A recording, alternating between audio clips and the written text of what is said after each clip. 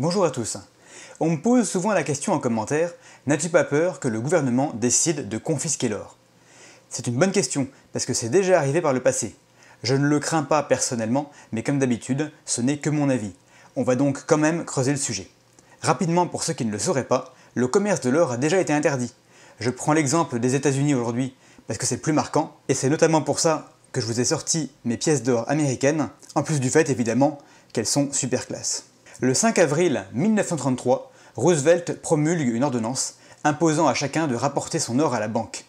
La détention d'or et son commerce resteront illégaux jusqu'en 1975, soit pendant 42 ans. Présenté comme ça, oui, ça fait un petit peu peur, c'est vrai. On va donc relativiser un peu. L'or n'a pas été confisqué, mais racheté, au cours de l'époque, un peu plus de 20 $ par once. Deuxièmement, tout le monde n'a pas obtempéré. Seules 500 tonnes d'or ont été restituées, soit moins d'un quart de l'or possédé par les Américains à l'époque. C'est pas beaucoup, surtout que les États-Unis avaient déjà 9000 tonnes en stock. Pourquoi est-ce qu'il y a eu besoin d'en arriver là? Tout simplement parce qu'à l'époque, la monnaie, ça voulait dire quelque chose, contrairement à maintenant. En 1933, le dollar, il était convertible en or. Moi qui n'ai pas connu les talons or, ça me fait bizarre de dire ça. La Fed ne pouvait pas imprimer autant qu'elle le voulait. La quantité de dollars en circulation était liée à la quantité d'or dans les coffres. Alors bien sûr, on pouvait dévaluer de temps en temps, mais on ne pouvait pas le faire discrètement. Pour dire les choses autrement, on peut dire que le dollar était une monnaie représentative, et pas encore une monnaie fiduciaire. Un dollar représentait un poids donné en or. Ou encore, on peut dire que le taux de change entre l'or et le dollar était fixe. Il n'y a pas à dire. Ça fait vraiment bizarre de prononcer ces phrases-là aujourd'hui. Pourquoi interdire la détention d'or? En 1933, les Américains étaient en plein dans la Grande Dépression, et de plus en plus d'entre eux commençaient à échanger leur dollar contre de l'or. Roosevelt a donc mis un terme au bank run et marqué le début du déclin du dollar face à l'or. Cette crainte diffuse d'une confiscation de l'or a été renforcée récemment par l'obligation d'acheter et de vendre de manière traçable, virement, carte bancaire par exemple. Certains y ont vu une volonté de fichage en vue d'une future confiscation. Je pense que l'explication est beaucoup plus simple. C'est la lutte contre le blanchiment d'argent, tout simplement. Vous imaginez si on pouvait acheter, par exemple, pour 100 000 € d'or en liquide, puis les récupérer sur son compte en banque une semaine plus tard, tranquillement? Alors je préférerais bien sûr acheter mon or de manière anonyme, mais là je comprends que c'est pas possible de laisser des failles pareilles, notamment dans la lutte contre le financement du terrorisme. Maintenant, pourquoi est-ce que je ne le crains pas personnellement, ce scénario? Déjà, il n'y a jamais eu de confiscation, mais un rachat. Un dédommagement a toujours été proposé. Un dédommagement inéquitable, certes, vu la dévaluation du dollar en janvier 1934, mais un dédommagement quand même. En plus de ça, cette stratégie est très peu efficace. Les gens ne se laissent pas faire.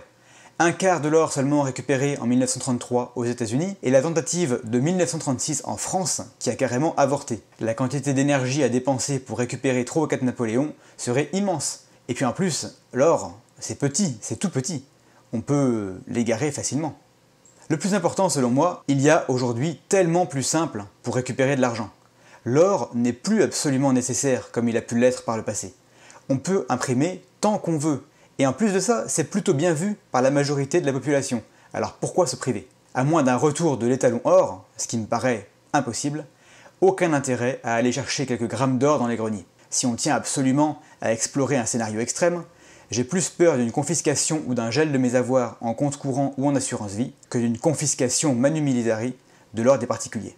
Maintenant qu'on est rassuré, comment est-ce qu'on peut acheter des métaux précieux si on en a envie? Si vous êtes débutant et que vous voulez acheter vos premières pièces ou vos premiers lingots, allez faire un tour sur le site acheterorargent.fr. C'est là que je me fournis pour 2 raisons. D'abord le choix et ensuite le prix. Il n'y a pas de minimum d'achat contrairement à d'autres boutiques en ligne et je n'ai jamais été déçu, bien au contraire. Vous trouverez bien sûr tous les classiques, mais vous découvrirez également tous les mois ou presque des nouveautés, des pièces plus exotiques, à tirage parfois très limité. Si vous avez des questions, appelez-les au téléphone ou envoyez-leur un email.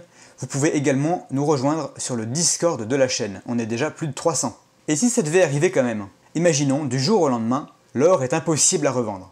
Eh bien je le garderai et j'attendrai. Je n'ai pas besoin des fonds que j'ai investis, j'ai confiance dans le fait que l'or a plus de 5000 ans d'utilisation comme monnaie d'échange, et ça, c'est impossible à effacer par décret. Je pense également aux enfants, aux petits-enfants, de ceux qui n'ont pas rendu leur or en 1933. Ils ont aujourd'hui entre les mains 1800 $ au lieu de 20. Merci à tous, vous qui regardez mes vidéos jusqu'au bout. N'oubliez pas le petit pouce vers le haut si elles vous plaisent, et encore mieux, partagez-les autour de vous. Je vous retrouverai avec plaisir dès la semaine prochaine. D'ici là, soyez prudents dans vos investissements, mais n'oubliez pas de rester curieux. A très bientôt!